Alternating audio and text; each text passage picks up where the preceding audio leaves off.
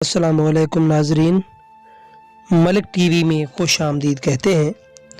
आइए चलते हैं आज की तारीखी कहानी की तरफ। वतन वापसी के बाद बेनज़ीर भुट्टो ने जब जमहूरी फाख्ताओं की तहरीक का आगाज़ किया तो जहाँ इन्हें जनरल ज़िया की जबरियत का सामना करना पड़ा, वहीं इनका एक ऐसे मीडिया से भी सामना हुआ जिसने छोटी छोटी बातों के ज़रिए बेनज़ीर के गैर शादीशुदा होने की वजह से इशारों किनायों में घटिया किस्म के प्रोपेगेंडे के जरिए बेनज़ीर भुट्टो की किरदार कशी शुरू कर दी। कभी इनके फैसल साले हयात से कुर्बत की बातें बनाई गईं क्योंकि वो अपने तारीखी इस्तकबाल के बाद फैसल हयात की रिहाइश गाह में ठहरी थी। कभी किसी और से ताल्लुकात की कहानी को हवा दी गई। इसी पस मंज़र में बेनज़ीर भुट्टो की आसिफ जरदारी से शादी हुई और इधर असम्बलियाँ तहलील होने के बाद साबिक जनरल ज़िया ने 90 दिनों में इंतखाबात कराने का वादा किया मगर तारीख का ऐलान न किया। बेनज़ीर को हमेशा से ही एक ऐसे सियासी माहौल का सामना करना पड़ा जहाँ इनके मुखालिफिन इनकी किसी भी कमज़ोरी का किसी भी घटिया सतह पर ले जाकर फ़ायदा उठाने की कोशिश करेंगे और वो इसके लिए तैयार थी। अपनी शादी के बाद जब उनसे पूछा गया कि क्या आप बच्चे चाहती हैं तो उनका फौरी जवाब था, मुझे अभी कुछ इंतज़ार करना होगा।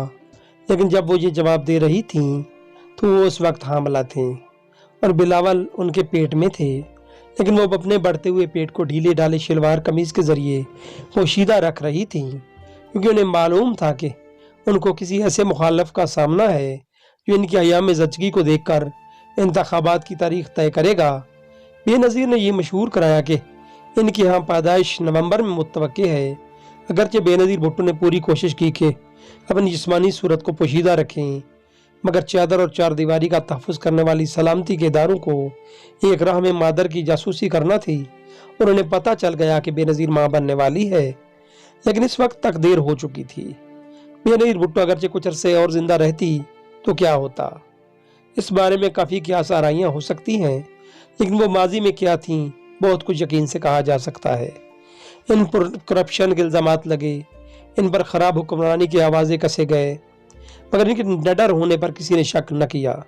शायद इसकी वजह यह थी कि इन्होंने अपने बाप को जुर्रत के साथ फांसी के लिए तैयार देखा था। 27 दिसंबर 2007 की शाम तक तमाम खतरात के बावजूद इनका आवाम से रब्ता मुनक़ता नहीं हुआ था। ये वो वक्त था जब सिर्फ 2 माह कबल कराची में इनके अजीम शान इस्तकबालिया जलूस पर 2 खुदकुश हमले हुए थे जिनमें इनकी जमात के 180 कारकुनान हलाक हो गए थे। पुरतशद्दुद मौत का शिकार होने वाले बेनज़ीर खुद हमेशा तशद्दुद की मुखालिफ रहीं। स्टैनले वॉलपार्ट ने ज़ुल्फ़िकार अली भुट्टो की सवामरी में लिखा है कि जब 1979 में उनको फांसी दी जाने वाली थी तो बेनज़ीर ने इंतकाम लेने का इरादा करने की बजाय पाकिस्तान में जमहूरियत की तहरीक चलाने का इरादा किया था।